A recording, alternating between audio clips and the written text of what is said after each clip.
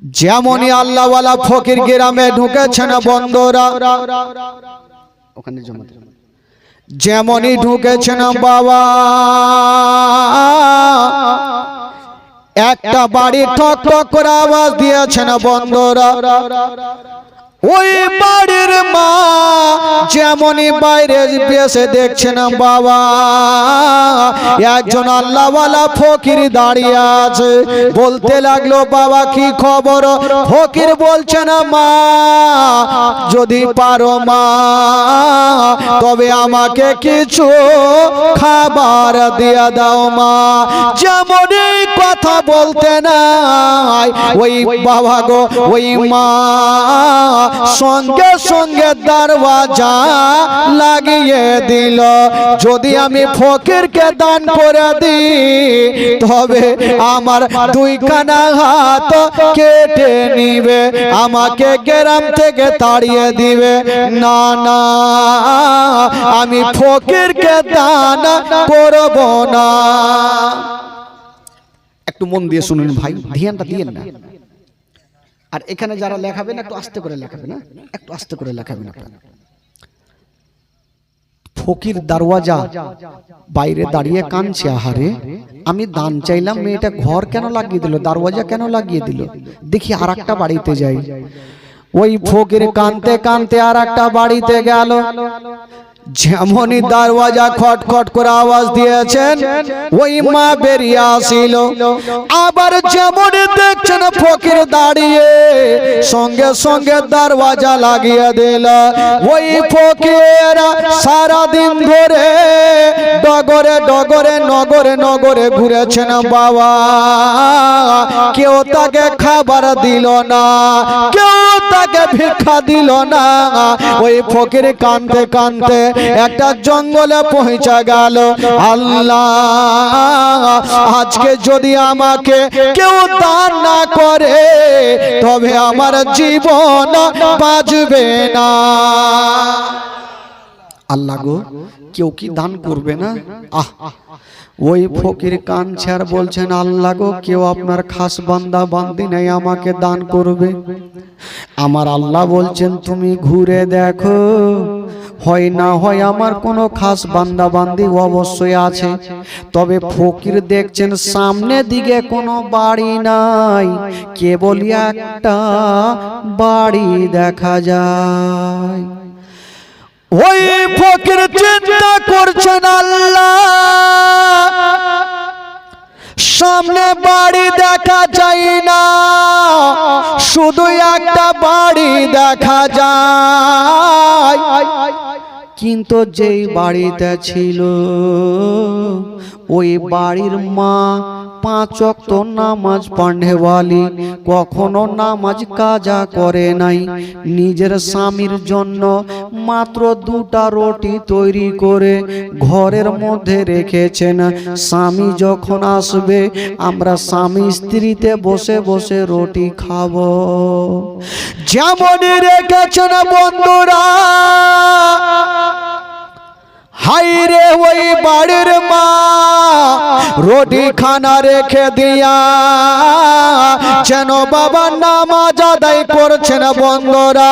যেমন নামাজ আদায় করছেন গো, আর ওই ফকির গিয়া বাবা দরওয়াজা টক টক করে আওয়াজ দিয়েছেন বাবা।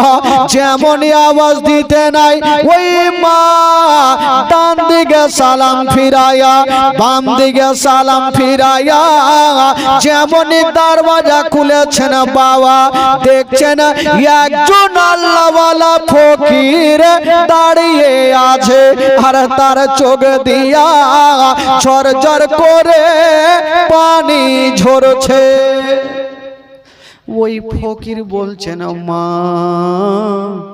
আমি জানি মা তুমি 5 ওয়াক্ত নামাজ পড়নেওয়ালি মা, কোনদিন ফকিরকে ঘুরাওনি, আজকেও তুমি ঘুরাতে পারবে না মা। মা আমি আজকে সারা দিন ধরে ডগরে নগরে ঘুরেছি মা, কেউ আমাকে খাবার দেয়নি মা।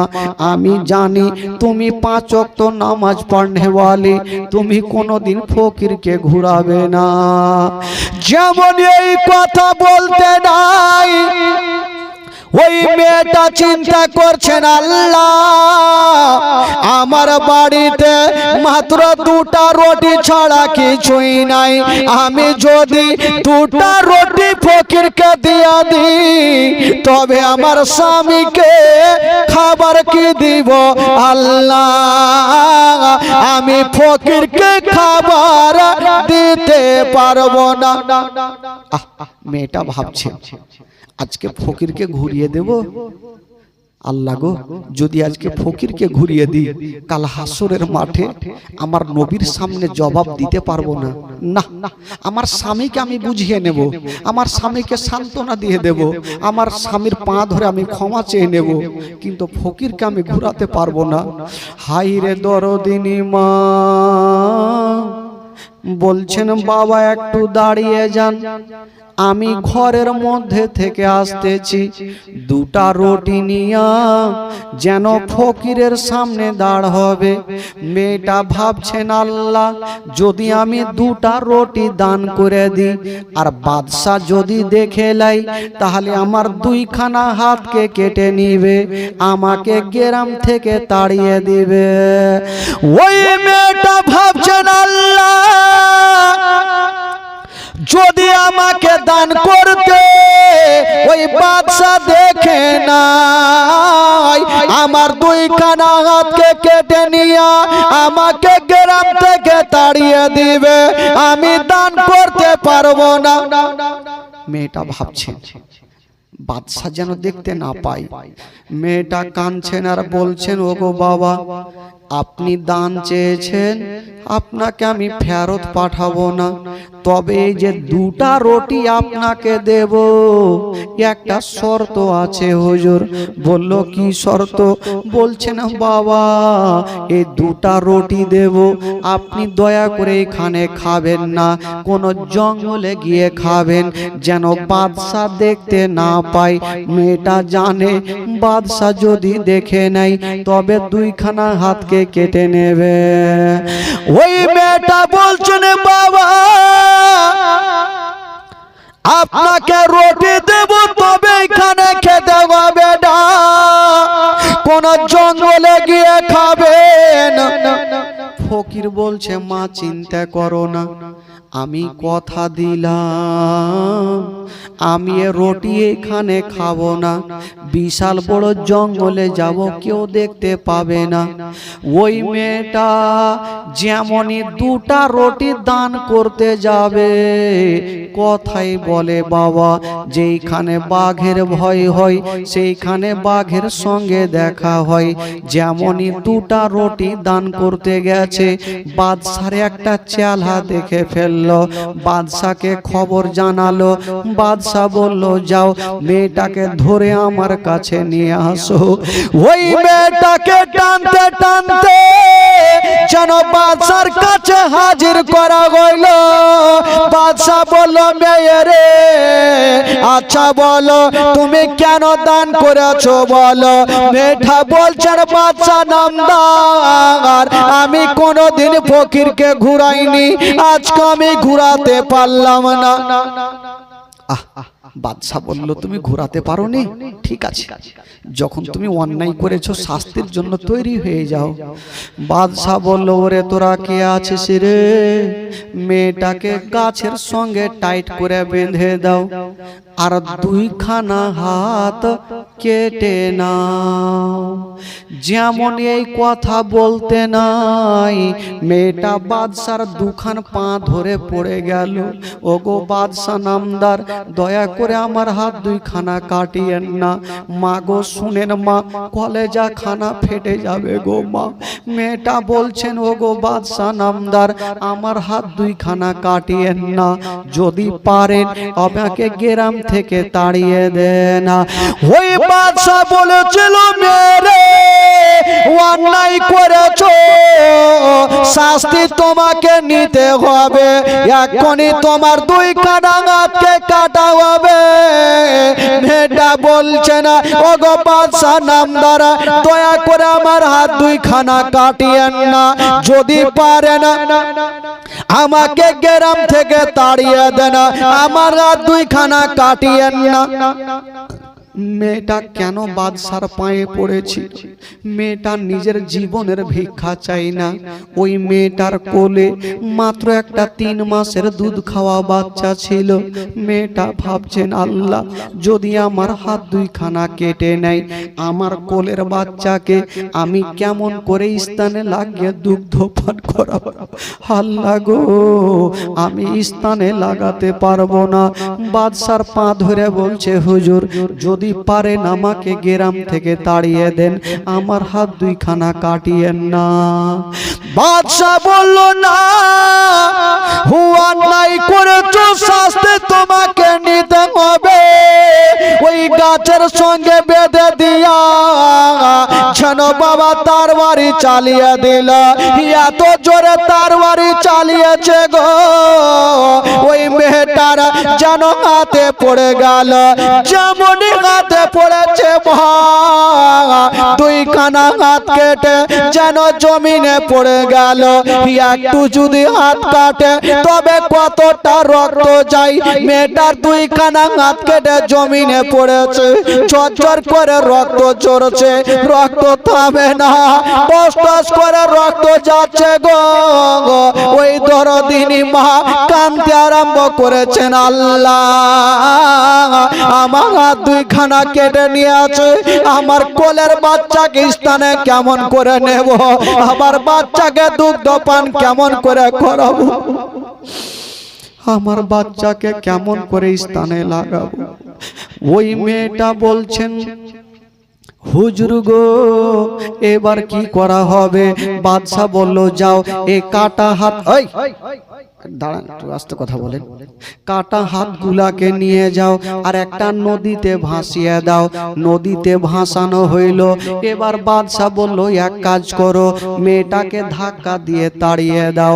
মেয়েটা বলছেন, বাদশা নামদার, আপনি আমার হাত দুইখানা কেটেছেন, হুজুর আমাকে গ্রাম থেকে তাড়াবেন না, কারণ অন্য জায়গাতে আমার কেউ নাই, এখানে শ্বশুর বাড়ি মায়ের বাড়ি, আমি ভিক্ষা করে খাবো, হুজুর আমাকে তাড়াবেন না। হাইরে দরদিনী মায়ের কান্না দেখে বাদশা বলল, না তুমি অন্যায় করেছো, শাস্তি নিতে হবে। বাবা গো, মেয়েটাকে ধাক্কা দিয়ে তাড়িয়ে দিল। একটু দূর আগিয়ে গিয়েছেন মা, একটা লোক বলছেন, ও গো বাদশা নামদার, মেয়েটা তো চলে যাচ্ছে, এই যে 3 মাসের বাচ্চাটার কি করা হবে? বাচ্চাটাকে কি জবাই করে দিব? বাদশা বলল, না। মেয়েটাকে ডাকা হইল আর একখানা গামছা নিয়ে চলে আসলো, আর ওই 3 মাসের বাচ্চাকে বাবা গো গামছাতে টাইট করে বেঁধে দিল আর মেয়েটার গলাতে এইভাবে ঝুলিয়ে দিল। বাচ্চা সামনে ঝুলছে, ধাক্কা দিয়ে মেয়েটাকে তাড়িয়ে দিল। দুঃখিনী মা কাঁদতে কাঁদতে জঙ্গলের দিকে চলে যাচ্ছে। বাবা গো, বিশাল বড় জঙ্গলে চলে যাচ্ছে, যে রাস্তা দিয়ে যাচ্ছে সে রাস্তা যেন রক্ততে রঙে যাচ্ছে, হাত দিয়ে ঝরঝর করে রক্ত ঝরছে।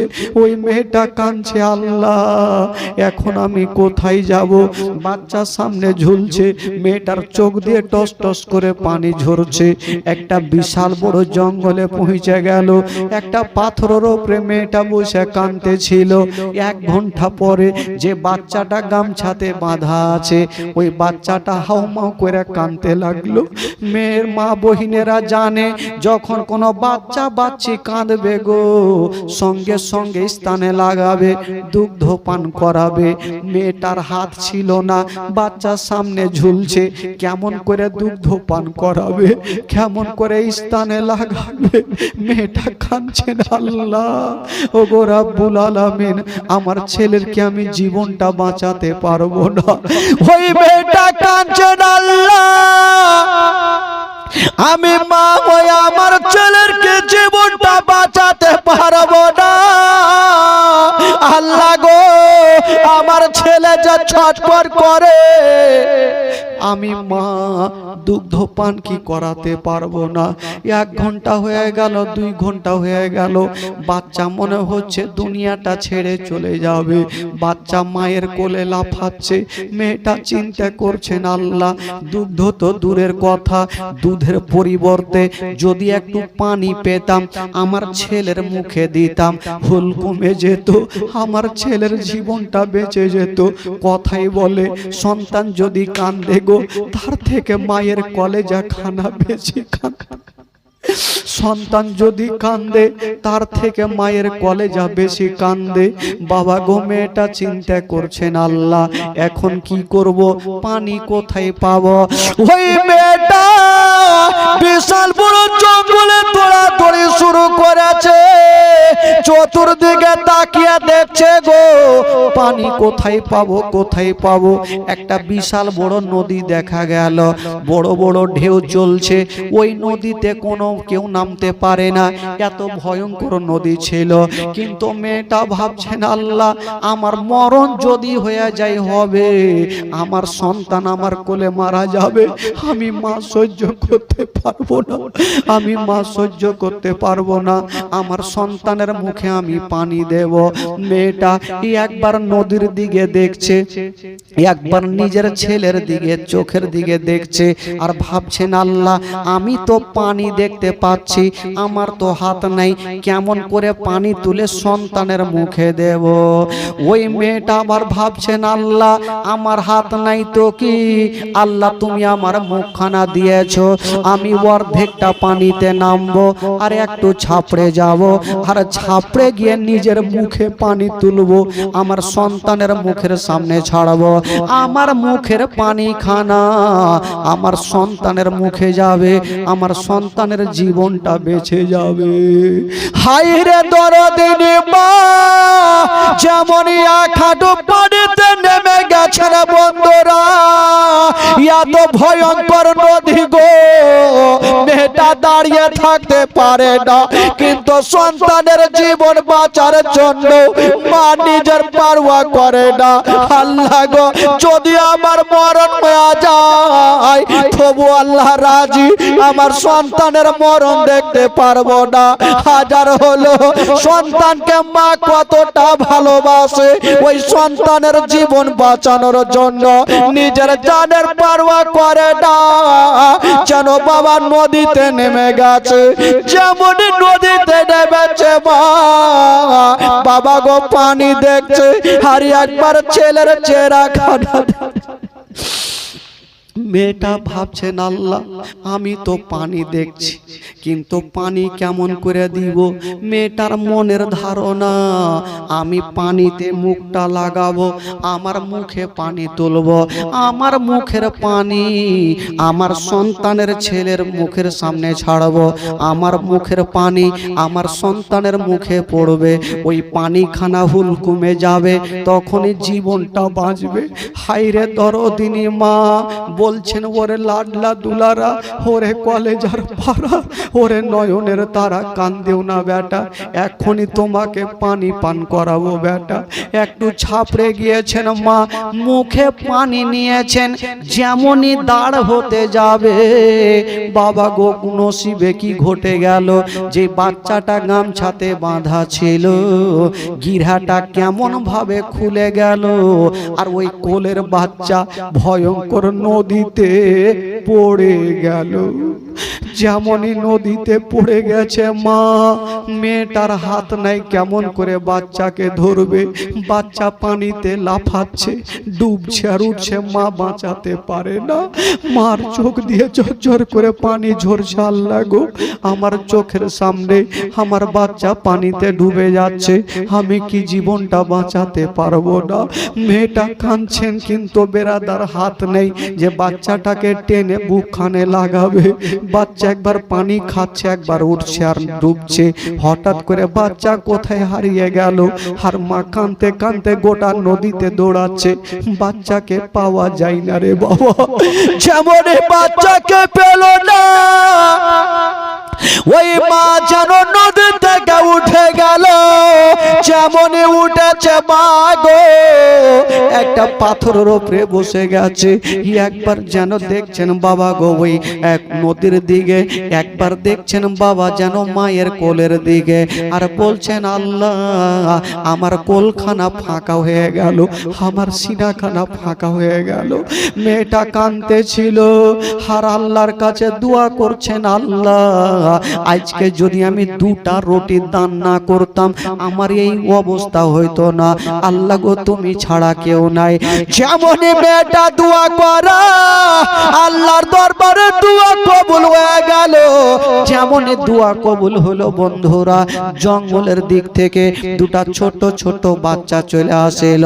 বলছেন মা গো তুমি কাঁদছো কেন মা? মেয়েটা বলছে বাবারে আমার কোলের বাচ্চা পানিতে পড়ে গেছে তাই আমি কাঁদতেছি। ওই বাচ্চাগুলা বলছেন মা গো চিন্তা করো না, এখনই তোমার বাচ্চাকে আমরা তুলে দেব। ওই মেয়েটা বলছেন বাবা আমার সন্তান হারিয়ে গেছে, আমি মা সহ্য করে নেব, যদি তোমরাও ডুবে যাও বেটা তোমার মা সহিতে পারবে না। ওই বাচ্চা বাচ্চা ছেলেরা একটা বাচ্চা ওই মেয়েটার কোনো কথা শুনলো না, পানিতে ঝাঁপ দিয়ে দিল। যেমনই ঝাঁপ দিয়েছেন বাবা ওই বাচ্চাটা 2 থেকে 3-4 মিনিট 5 মিনিট পর উঠে আসিল।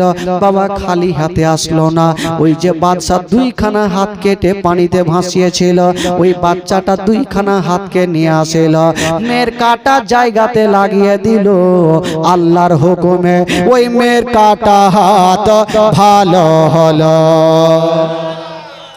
আর একটা বাচ্চা পানিতে ঝাঁপ দিল। বাবা গো কিছুক্ষণ পর উঠে আসিল, খালি হাতে আসলো না। একটু আগে একটা কোলের বাচ্চা পানিতে পড়েছিল, এখন পর্যন্ত কিছু হলো না। জীবিত অবস্থায় তুলে এনে মায়ের বুকে ফিরিয়ে দিল।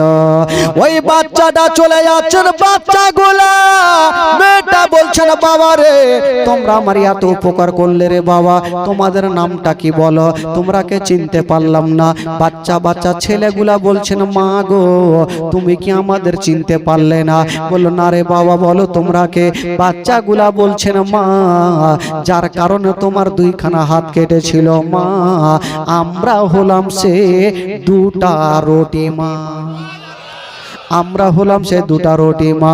আল্লাহর হুকুমে মাগো আপনার জন্য সেবা করতে এসেছিলাম মা, আপনার হাতখানা ফিরিয়ে দিয়েছে আমার আল্লাহ পাক, আপনার সন্তানকে ফিরিয়ে দিয়েছে।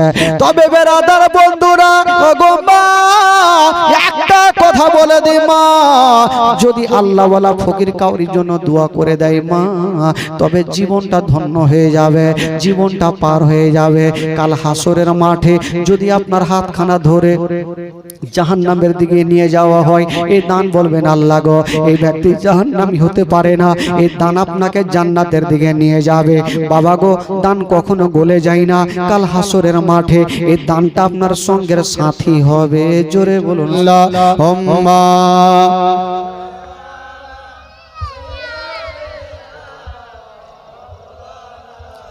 মুহাম্মদ সাল্লাল্লাহু আলা মুহাম্মাদিন मोहम्मद हरदम जो बात से निकालो মুহাম্মদ সাল্লাল্লাহু তাআলা আলাইহি ওয়াসাল্লাম। বেরাদারান ইসলাম বন্ধুগণ, বাবাজি আমার ভাইরা, তবে আসুন ভাই এবার একটু জীবনের দিকে আগে আসুন। তবে বলছিলাম বাবা ওই যে ভাই আমার বসে আছেন একটু ফাঁকা জায়গাটা আপনি পূরণ করুন তো ভাই, সোনা ভাই আমার একটু আগে চলে আসেন, আপনারা একটু শুধু হালকা করে আগে আসেন ভাই, ওই জায়গাটা পূর্ণ করে দেন ফাঁকা জায়গায় একটু, হ্যাঁ একটু সেটা আরো চলে আসুন, পিছনে যা ভাই আছেন একটু চলে আসুন ভাই। আর ওখানে 2টা লোক বসে আছে কেন ভাই? হ্যাঁ আসুন সামনে আসুন।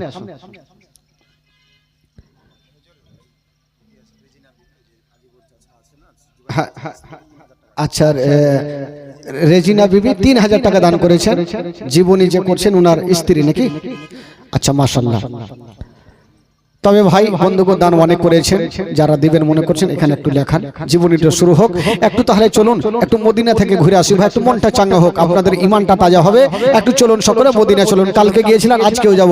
গোটা মাজমা আমার সাথে সাথে পড়ুন, কেউ চুপ করে থাকবেন না। যদি পড়াতে গুনাহ হয় আমাকে দেবেন, আর নেকি যদি হয় আপনারা একটু ভাগ চুপ করে বাইটা নিন। একটু পড়ুন আমার সাথে পড়ুন। আমার ভালো লাগে না আমি যাব মদিনা, আমার ভালো লাগে না আমি যাব মদিনা। আরো জোরে, আমার ভালো লাগে না আমি যাব মদিনা। মদিনাতে না গেলে, মদিনাতে না গেলে মন শান্তি হবে না, আমার ভালো লাগে না আমি যাব মদিনা। আরো জোরে, আমার ভালো লাগে না আমি যাব মদিনা। মনে আছে যে আশা নবী গো হবে তোমার সঙ্গে দেখা, মনে আছে যে আশা নবী গো হবে তোমার সঙ্গে দেখা। গো পাখির মতো থাকে তো ডানা, পাখির মতো থাকে তো ডানা, উড়ে যাব মদিনা, আমার ভালো লাগে না আমি যাব মদিনায়। আমার ভালো লাগে না আমি যাব মদিনা। পাঁচ ওয়াক্ত নামাজ যারা করিবেন আদায়, পাঁচ ওয়াক্ত নামাজ যারা করিবেন আদায়। ওগো নামাজ না পড়িলে পরে, নামাজ না পড়িলে পরে নেকি মিলবে না, আমার ভালো লাগে না আমি যাব মদিনা। আমার ভালো লাগে না আমি যাব মদিনা। তাফাজুল ইসলাম আজ জীবনী করে, তাফাজুল ইসলাম আজ জীবনী করে। এই জীবনী না শুনিলে, এই জীবনী না শুনিলে নেকি মিলবে না, আমার ভালো লাগে না আমি যাব মদিনা, আমার ভালো লাগে না আমি যাব মদিনা। ও মদিনাতে না গেলে মন শান্তি হবে না, আমার ভালো লাগে না আমি যাব মদিনা। আমার ভালো লাগে না আমি যাব মদিনা। জোরে বলুন সুবহানাল্লাহ। সুবহানাল্লাহ সুবহানাল্লাহ। গোটা মাজমা দুই হাত তুলে বলুন না সুবহানাল্লাহ। সুবহানাল্লাহ, সুবহানাল্লাহ। জোরে বলুন ইয়া রাসূলুল্লাহ। ইয়া রাসূলুল্লাহ। আপনাদের ঘুম লাগছে নাকি আজকে? জি না। ঘুম লাগে না তো? হ্যাঁ, বড় বড় চোখ করে থাকেন ভাই। হ্যাঁ, দুটা কহিয়ে না, না হলে পর আমার দুটা বেজে যাবে। আচ্ছা, লাইলা বিবি স্বামীর নামে 1000 টাকা, রাজীব 500 টাকা। সুবহানাল্লাহ, মাশাআল্লাহ। টাকা চলে আসে ভাই, লিখে যেন ওখানে। তবে ভাই জীবনীটা একটু দৌড়িয়ে দিই, কারণ 3 দিনের জীবনী কিছু হয় না। কারণ আপনাদের মুর্শিদাবাদের নিয়ম আছে 3 দিনের বেশি হয় না। কারণ আমাদের মালদা ডিস্ট্রিক্টে 3 দিন, 5 দিন, 7 দিন, 9 দিন, 15 দিন পর্যন্ত জীবনী হয়, মানে হাফ মাস। তো জীবনী 3 দিনে হয় না ভাই, কিছু মিনিমাম 5 থেকে 7 দিন হলে হয়তো ভেঙে চুড়ে কিছু কিছু বলা যায়। তবে বন্ধুগণ, বাবাজি আমার আর আমার নবীর ইসলাম প্রচারের ঘটনা একটু আপনাদেরকে শুনিয়ে দিই। যেমন নবী পাক সাহেবে লাউলাক সাল্লাল্লাহু তাআলা আলাইহি ওয়াসাল্লাম, বাবা গো মা খাদিজাতুল কুবরার সঙ্গে বিয়ে হলো, ঘর সংসার হলো। ঘর সংসার হতে হতে থাকতে থাকতে আমার নবীর 40 বছর বয়সে ইসলাম প্রচার শুরু করেছেন। এই 40 বছর বয়সে যখন ইসলাম প্রচার শুরু করেছেন চুপে চুপে, আমার আল্লাহ বলছেন নবী গো আর চুপে চুপে নয়, এবার ডাইরেক্ট ইসলামের দাওয়াত দাও। এই খালা, চুপচাপ বসেন, কেউ কথা বলবেন না। আমার আল্লাহ বলছেন নবী গো, এবার তুমি চুপে চুপে নয়, এবার ডাইরেক্ট ইসলামের দাওয়াত দাও। আমার নবী তাই করলেন। মক্কা নগরে একটা উঁচা পাহাড় ছিল, ওই পাহাড়ে চেপে আমার নবী একটা ডাক মারলেন। আগে যদি বিচার হইতো, আজকাল যখন বিচার হয়তো বাড়ি বাড়ি গিয়ে বলতে হয় যে অমুক জায়গাতে বিচার আছে, সবাই চলে আসবে। আগে সেটা ছিল না। মক্কা নগরে একটা উঁচা পাহাড় ছিল, যখন যার দরকার পড়তো সেখান থেকে ডাক মেরে দিত, সবাই বুঝে যেত আজকে কোনো আলোচনা আছে, সবাই হাজির হতো। তো সেই দিন আমার নবী একটা ডাক মারলেন, সবাই চলে আসলো। আবু জেহেল, আবু লাহাব, উতবা সাইবা, যত শয়তানগুলা ছিল সব এসে হাজির। আমার নবী একটা পাহাড়ের উপরে দাঁড়িয়ে আছেন, কেউ কোনো কথা বলে না, এইভাবে সবাই ঠান্ডা মাথায় বসে আছে। কেউ যখন কোনো কথা বলে না, আমার নবীর আপন চাচা, যার নাম কোরআনের পাতায় লেখা আছে আবু লাহাব, ওই আবু লাহাব মিডিল থেকে উঠে বলছে, ভাতিজা আজকে তুমি কেন ডেকেছো, কিসের জন্য ডেকেছো বলো। আমার নবী বলছেন, চাচা বলবো। আমি তো বলার জন্য ডেকেছি। আচ্ছা বলুন তো চাচা, আমি কোনোদিন আপনাদের মিথ্যা কথা বলেছি? সবাই একই বাক্যে বললো, না তুমি কোনোদিন মিথ্যা কথা বলোনি, তুমি যা বলো সত্য কথা। আমার নবী বলছেন, চাচা গো, আমি যদি বলি যে আমি যে পাহাড়ে দাঁড়িয়ে আছি তার পিছনে একটা দল শত্রু আপনাদের সঙ্গে মারামারি করতে চাই, যুদ্ধ করতে চাই, এ কথা বলে আপনারা মানবেন? সবাই একই বাক্যে বলে দিল, হ্যাঁ বাবা তুমি যা বলবে আমরা তাই মানবো। আমার নবী ভাবছেন, চাচা আমার এত মানা মানে, তবে একটা কথা বলে দিই।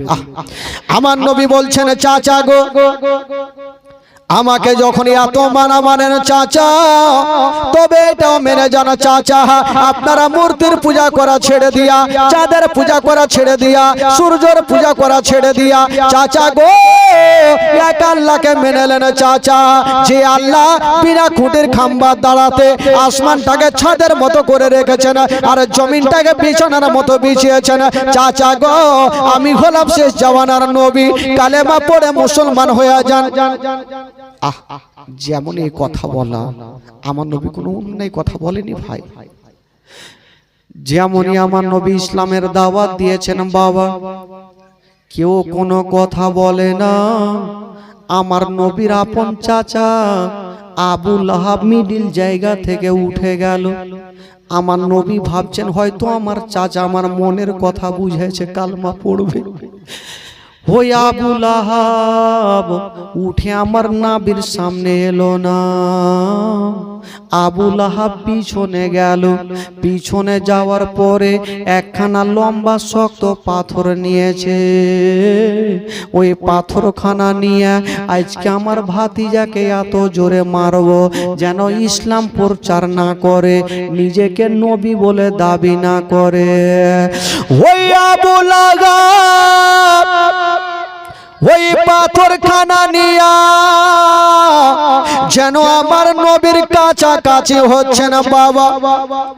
যেমনই কাছাকাছি হচ্ছেন, আমার নবী ভাবছেন, আল্লাহ আমার মা নাই বাবা নেই, হয়তো আমার চাচা আমার কলেমা পড়ে মুসলমান হয়ে যাবে।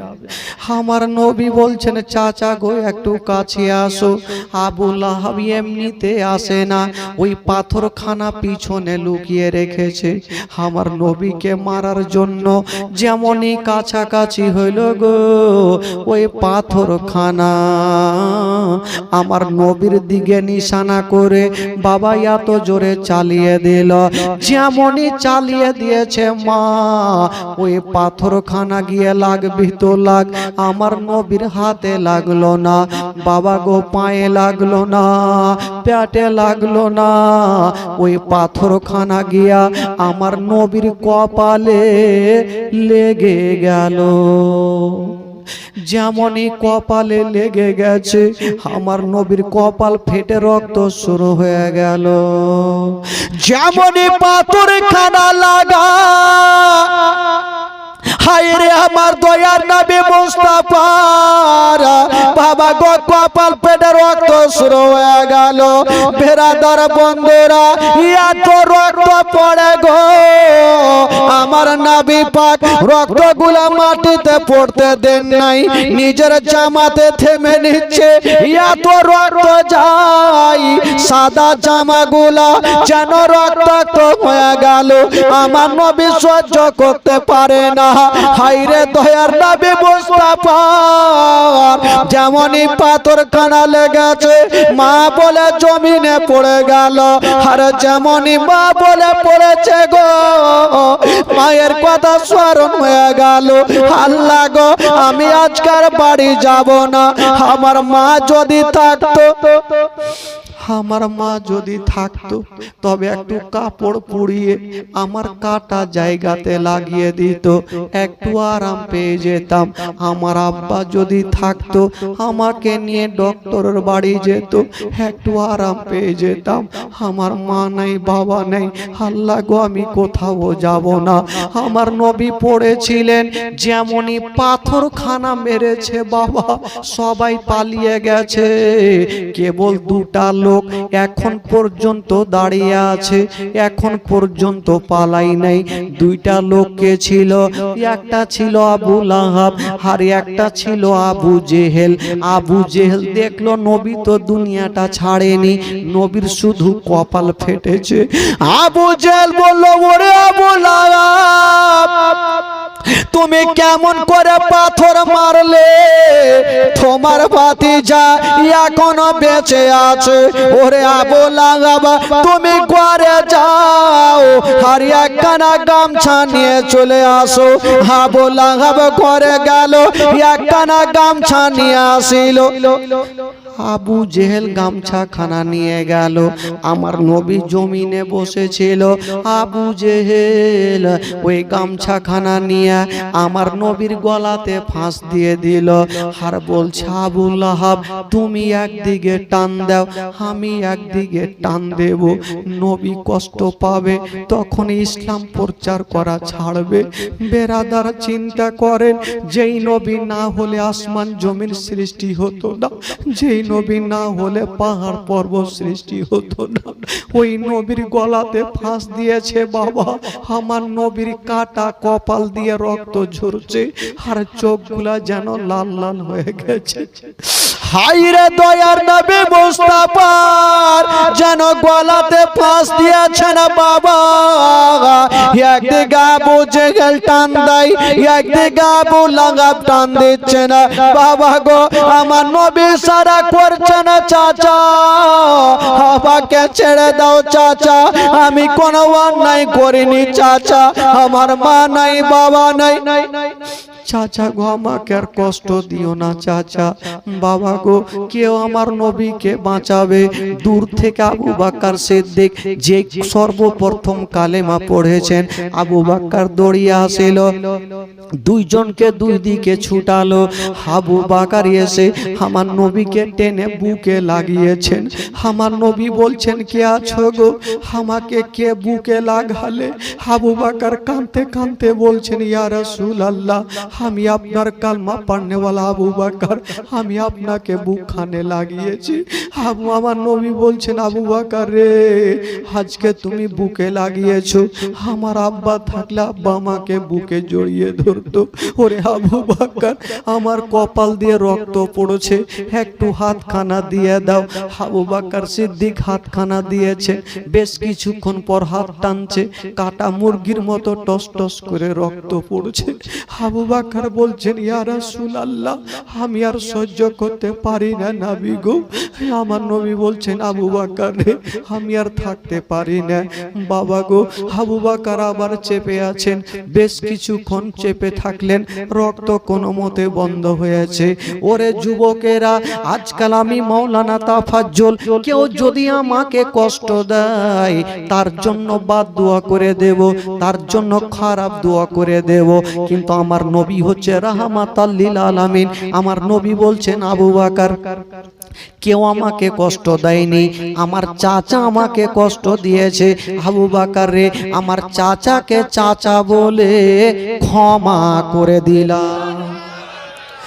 আমার নবী বলছেন আল্লাহ গো আমার চাচা আমাকে কষ্ট দিয়েছে, আমার চাচাকে চাচা বলে ক্ষমা করে দিলাম। আমার আল্লাহ বলছেন এ আমার হাবিবে আমার দোস্ত তোমার চাচা হতে পারে, আমি আল্লাহ সহ্য করব না। আল্লাহ বলছেন বান্দা বান্দিরে যদি তোমরা বদলামি করবি আমার সাথে করো, আমার নবীর সাথে করলে আমি আল্লাহ সহ্য করব না। আল্লাহ বলে ওরে আবু লাহাব যেই হাত দিয়া তুই আমার নবীকে কষ্ট দিয়েছিস, সেই হাত হাত দিয়া তুই আমার নবীকে আঘাত করেছিস, তোর হাত দুইখানা ধ্বংস হয়ে যাবে, তোর মাল সম্পত্তি টাকা পয়সা সব ধ্বংস হয়ে যাবে। সেই সময়তে একটা সূরা নাজিল হয়েছিল, যারা 5 ওয়াক্ত নামাজ পড়ে অনেকেরই মুখস্থ আছে বাবা, 30 পারা সূরা, তাব্বাত ইয়াদা বিলাহাবি ওয়া তাব্বা মা আগনা আনহু মালুহু ওয়া মা কাসাবা।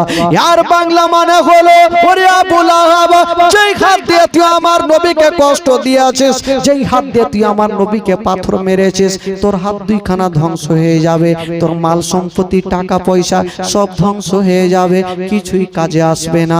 বাবা গো, এই কথা বলে দিয়া আমার নবী তো চলে গেলেন। তবে বেরাদার বন্ধুরা, এই কথাটা আবু লাহাব শুনতে পেল, নিজের বিবিকে গিয়ে বলতে লাগলো, ওরে আমার বিবি রে, কি করা যাবে বিবি বলো। বিবি বলতে লাগলো, স্বামী গো চিন্তা নাই। আবু লাহাবের বিবির নাম ছিল জামিলা। ওই জামিলা ভাবলো যে আমার ভাতিজার আল্লাহ নাকি বলেছে যে আমার স্বামীর হাত দুইখানা গলে যাবে, না আমার ভাতিজাকে জিন্দা রাখবো না। ওই জামিলা একখানা পাথর নিয়েছে ভাই, আর আঁচলের মধ্যে বেঁধে নিয়েছেন, আর বলছেন আবু লাহাবকে, স্বামী গো আপনি তো পারলেন আমার ভাতিজাকে মারতে, এবার আমি মারবো আমার ভাতিজাকে। দেখেন বেরাদার, ওই জামিলা পাথরখানা নিয়ে বাবা নবীর বাড়িতে গেল। নবীকে বাড়িতে পাওয়া গেল না, কোথায় ছিলেন? আমার নবী কাবা শরীফের মধ্যে বসে আছেন, একদিকে আবু লাহাব কি বলে আবু বকর বসে আছেন, একদিকে আমার দয়ার নবী মুস্তাফা বসে আছেন, আর ওই জামিলা পাথরখানা নিয়া যেমন কাবা করে ঢুকতে যাবে, আমার নবীকে মারার জন্য যাবে, আমার আল্লাহ বলছেন জিবরাইল দেরি করো না, তাড়াতাড়ি করে যাও, ওই জামিলার চোখে তুমি হাতখানা বলিয়া দাও, পর্দা করে দাও, আমার নবীকে যেন দেখতে না পায়। ও যুবক বন্ধুরা, যার দুনিয়াতে কেউ নাই, তার আছে মহান আল্লাহ। যার দুনিয়াতে কেউ নাই, তার আছে মহান আল্লাহ। বাবা গো, আমার নবীর বাবা নাই, মা নাই। বেরাদার বন্ধুরা, নবী মায়ের গর্ভে থাকতে নিজের আব্বা জানকে হারিয়েছেন, 6 বছর বয়সে মাকে হারিয়েছেন, 8 বছর বয়সে দাদু জানকে হারিয়েছেন। বাবা গো, ওই নবী মুস্তাফাকে বাঁচার জন্য আমার আল্লাহ বলছেন জিবরাইল যাও যাও, তুমি আবুই জামিলার চোখে পর্দা করে দাও। সাক করে জিবরিল আমিন ফেরেশতা হাজির হয়ে গেল, জামিলার চোখে পর্দা করে দিয়েছেন, আমার নবীকে দেখতে পাবে না। বাবা গো, এবার জামিলা কাবা ঘরে ঢুকে গেছে, একদিকে আমার নবী বসে আছেন, এক সাইডে আবু বকর বসে আছে, জামিলা আনফান করে করে চলে যাচ্ছেন। আবু বকর বলছেন আমার নবীকে, ইয়া রাসূলুল্লাহ আপনার চাচির ধারণ চারণ দেখে ভালো লাগে না, হয়তো আপনাকে মারার জন্য আসতেছে।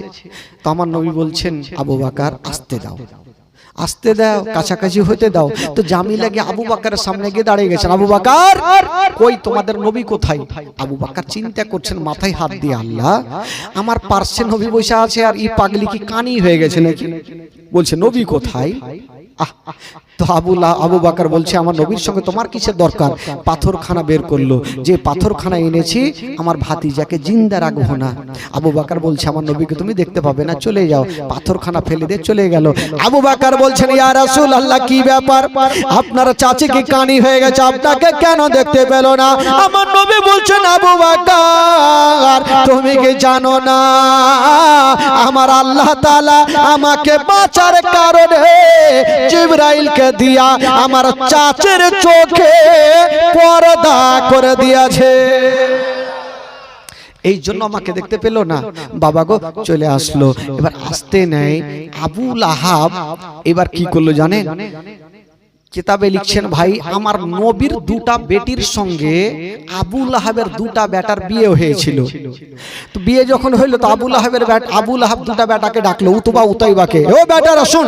আসলো, আরে বেটা আমার মারা যাওয়ার পরে জায়গা জমির ভাগ কেটা লিবে? তো বেটাগুলো বললো কে লিবে? আমরা লিব। বলছে দেখ আমি যেটা বলবো তাহলে শুনতে হবে। বলে হ্যাঁ শুনবো। বলে এক কাজ কর, তোদের দুটা বউকে ভাটাভাট এক্ষুনি তালাক দিয়ে দে, মানে নবীর বেটিকে তোরা তালাক দিয়ে দে। তো দোনো বেটা ভাবছে এত সুন্দর বিবি আর তালাক দিব, বাপের অর্ডার হয়েছে দিতে হবে। তো একটা বেটা যেইভাবে তালাক দিতে হয় সেভাবে দিলেন, আর একটা বেটা আমার নবীর নাম ধরে গালি দিয়ে তালাক দিলেন। দুটা বেটি কাঁদতে কাঁদতে আমার নবীর কাছে হাজির। আমার নবী বলছেন, মা তোমরা কাঁদছো কেন? বলছেন, আব্বা গো আপনার জামাইয়ের সঙ্গে কিসের শত্রুতা হয়েছে জানি না, তালাক দিয়ে দিয়েছে।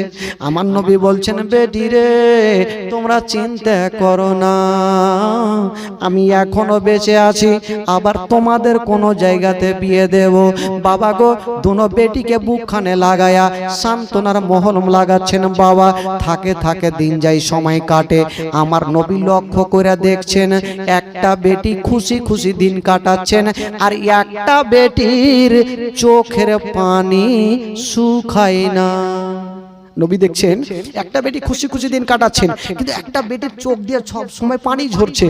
ডাকলেন, হারে মা তোমাকে তালাক দিয়েছে তার জন্য কি তুমি কাঁদছো? বলছেন, আব্বা সেটার জন্য আমি কান্দি না, তবে কেন কাঁদছো মা? বলছেন, আব্বা গো আপনার জামাই যখন আমাকে তালাক দিয়েছিল তখন আপনার নাম ধরে গালি দিয়ে তালাক দিয়েছে। এই গালি শব্দটা যখন মনে ভাসে তখনই আমার চোখ দিয়া পানি ঝরে। আমার নবী কাউরির জন্য বাদ দোয়া করে না বাবা, আমার নবীর জবান থেকে সেদিন একটা কথা বেরিয়ে গেল, ও বেটি রে যে তোমাকে তালাক দিয়েছে, যে আমাকে গালি দিয়েছে রে মা, ওই ব্যক্তিকে একটা জঙ্গলের বাঘে ধরে খাবে। যাও, যে আমাকে গালি দিয়েছে তোমাকে তালাক দিয়েছে মা, ওই ব্যক্তিকে একটা জঙ্গলের বাঘে ধরে খাবে। আচ্ছা বলুন তো ভাই, আমার নবীর জবান থেকে যেই কথা বেরিয়ে যাবে সেটা পূর্ণ হবে কি হবে না? জোরে বলুন, হবে কি হবে না? দুনিয়ার কথা মিথ্যা হবে, আমার নবীর কথা মিথ্যা হবে না। নবীর জবান থেকে বেরিয়ে গেল, যে আমাকে গালি দিয়েছে তোমাকে তালাক দিয়েছে তাকে জঙ্গলের বাঘে ধরে খাবে। আর এই কথাটা আবার পৌঁছে গেল আবু লাহাবের কানে। আবু লাহাব বুঝে গেল যে আমার ভাতিজা যেটা বলে সেটা হয়ে যায়, আমার বেটাকে বাঘে খাবেন না, আমিও মরণের সঙ্গে পাঞ্জা লড়বো, আমার বেটাকে বাঘকে খাইতে দিব না। কি করে খাই দেখছি। তো আবু লাহাব নিজের বেটাকে কোনো জায়গাতে পাঠাই না, তো কতদিন আলমারিতে ভরে রাখবি, কতদিন তুই আর রাখবি? বেশ কিছুদিন পর আবু লাহাবের বেটার বন্ধুগুলা ব্যবসাতে যাচ্ছে, তো আবু লাহাবের বেটাকে বলছে, ভাই চলো তুমি আমাদের সঙ্গে চলো। বলে চলো তাহলে। তো আবু লাহাবের ওই বেটাটাকে নিয়ে যাচ্ছেন। আবু লাহাব বলছেন, ওরে আমার ছেলের বন্ধুরা একটা কথা শুনে যাও, আমার ভাতিজার কথা মিথ্যা হয় না, তবে তোমরা দায়িত্ব করে নিয়ে যাও, জঙ্গলে সব সময় কাছে থাকবে, আমার বেটাকে একাই রাখবে না। যদি জঙ্গল থেকে বাঘ তোমরা দেখো, বাঘগুলাকে মেরে তাড়িয়ে দিও, আমার বাঘকে ক্ষতি করতে দিও না, আমার বেটার ক্ষতি হতে দিও না। বন্ধুগুলা বলছে না চাচা আপনি চিন্তা করবেন না চাচা, আমরা সব সময় সাথে থাকবো, আমার বন্ধুর আমরা কোনো ক্ষতি হতে দিব না। বাবা গো এই কথা বলে দিয়া আবু লাহাবের বেটাকে নিয়ে চলে যাচ্ছে না, একটা বিশাল বড় জঙ্গলে পৌঁছে গেল। যেমনই পৌঁছে গেল লোকজন বলছেন, ও গো আমার বন্ধু এক কাজ করো, আমরা রাতের বেলাতে গাছের তলে আরাম করে নি, সকাল হবে তখন রওনা দিয়ে দেব। সবাই গাছের তলাতে আরাম করছেন। আবু লাহাবের বেটার বন্ধুরা চিন্তা করলো যে আবু লাহাব বলেছে যে আমার বেটাকে বাঘে খাবে না, কি করে খাবে দেখবো, যদি এখানে ফেলে রাখি গাছের তলাতে বাঘ চলে আসবে ধরে নিবে, কি করা যাবে? তো যতগুলা মাল ছিল সমস্ত মালগুলাকে একই জায়গাতে তারা উঁচা করলো, এই করে থাক করতে করতে করতে করতে অনেকটা উঁচা করেছে। আর আবু লাহাবের বেটাকে বলছে তুই হুলমানের মতন চড়েলে উপরে। ও বাবা লাফ মারলো আর উপরে চেপে গেল, ঘুমিয়ে আছে। আর বন্ধুগুলা বলছে বাঘ যদিও আসে জিন্দেগি তার আবু লাহাবের বেটাকে পাবে না। ঠিক ঘুমিয়ে গেছে, সবাইকে ঘুমটা চলে এসেছে। বাবা যেমনই ঘুমিয়ে গেছে আমার আল্লাহ বলছেন, ওরে বাঘরে তোমার মনের আশাকে তুমি পূরণ করে দাও, ও বাঘরে তাড়াতাড়ি করে যাও, তোমার আশাটা পূরণ করে দাও। এবার জঙ্গলের বাঘ দেরি করলো না, ফাঁসাদ মারতে মারতে পৌঁছে গেল। বাবা গো যারা যারা শুয়েছিল প্রত্যেকের কাছে নাক লাগাইয়া শুনতে আরম্ভ করেছেন। বাঘকে জিজ্ঞাসা করলো, বাঘরে তুই কোন কলেজে পড়েছিস, তুই কোন স্কুলে পড়েছিস যে চোরকে নাক দিয়ে শুয়ে ধরেছিস? বলছি বাঘ তখন বলেছিল যে নবীর বেটিকে তালাক দেয়, নবীকে গালি দেয়, তার মুখখানা খব্বিশের মতো গন্ধ করবে, এই জন্য আমি মুখ দিয়ে না নাক দিয়ে সঙ্গে সঙ্গে চোরকে ধরতেছিলাম, নাক দিকে সঙ্গে সঙ্গে চোরকে ধরতেছিলাম। বাবা গো, এবার যারা যারা শুয়েছিল প্রত্যেকের কাছে বাঘ নাক লাগায়া শুনল আসামি পাওয়া যায় না। আসামি তো নাই, সবাই তো ভালো। বাঘ চিন্তা করছে লাভ, আবু লাহাবের বেটা গেল তো গেল কুণ্ঠে, দেখছে মাল থাক করে অনেক আছে, ই ভাবলো বেটা উপরে আছে, উপরে যাই। বাঘ বাবা একটা লাভ মারলো, যেমনই লাভ দিয়েছে না বাবা গো উপরে পৌঁছে গেল, আরে যেমনই বাবা গো নাক লাগিয়েছে আসামি পেয়ে গেছে। বাঘ দিয়েছে একটা পা মুখ কি বলে বুকের ওপরে, যেমনই পা দিয়েছে আবু লাহাবের বেটা চোখটা খুলে বাপরে, আপনি চিন্তা করেন ঘুমিয়ে থাকেন আর হঠাৎ করে চোখ খুলে যদি বাঘের নাক মুখ দাঁত দেখেন তো কি হবে অবস্থা বুঝেন ভাই। আবু লাহাবের বেটা একদম মা চিন্তা করছে বাপরে ব্যাপার খারাপ। বাঘ বলো আর আবু লাহাবের বেটা এবার মরার জন্য তৈরি হয়ে যাও। আবু লাহাবের বেটা বলছেন ওরে বাঘরে আমাকে ছেড়ে দাও। বাঘ বলো তোকে আমি ছাড়বো না। বাবা গো তুই নবীর বেটিকে তালাক দিয়েছিস, নবীকে গালি দিয়েছিস, তুই মরার জন্য তৈরি হয়ে যাও। ও যুবক বন্ধুরা, ওই বাঘ বাবা গো বুকটাকে চিরে দিয়া কলেজাকে টান মেরে বাহির করে জমিনে ফেলে দিয়েছেন। বাঘ রক্ত মাংস খাচ্ছেন না, বাঘ চলে যাচ্ছেন আর পিছনে ঘুরে ঘুরে বলছে ওরে আবু লাহাবের বেটা শোন শোন, আমি বাঘ তোকে একটা কথা বলে দিই, এই বাঘ যদি কাল কিয়ামত পর্যন্ত না খায়া থাকে, অনাহারে থাকে, তবু তোর মতো দুশ্মনের রক্ত মাংস এই বাঘ খাবে না। জোরে বলুন, কাল কিয়ামত পর্যন্ত যদি না খেয়ে থাকে তাও রাজি, তোর মতো দুশ্মনের রক্ত মাংস এই বাঘ খাবে না। বাবা গো আবু লাহাবের বেটাকে খতম করে বাঘ চলে গেল নিজের কাজে। এবার লোকজন ভাবলো যে সকাল তো হইলো, নামাম বন্ধুকে, যেমনই নামাচ্ছে আর বাবা বেঁচে নেয়। বেরাদার বন্ধুগণ, যাই শিকারনি ওই শিভারনি, দুনিয়ার কথা মিথ্যা হবে, আমার নবীর কথা মিথ্যা হবে না। আমরা যে কথাগুলো বলি সেগুলো হয় কথা, আর আমার নবী যে কথাগুলো বলে সেগুলো হয় হাদিস শরীফ, আর ওই হাদিসকে আমরা ফলো করে চলি। বেরাদার বন্ধুগণ বাবাজি একবার দরুদ পাক জোরে সোরে পড়ুন আল্লাহ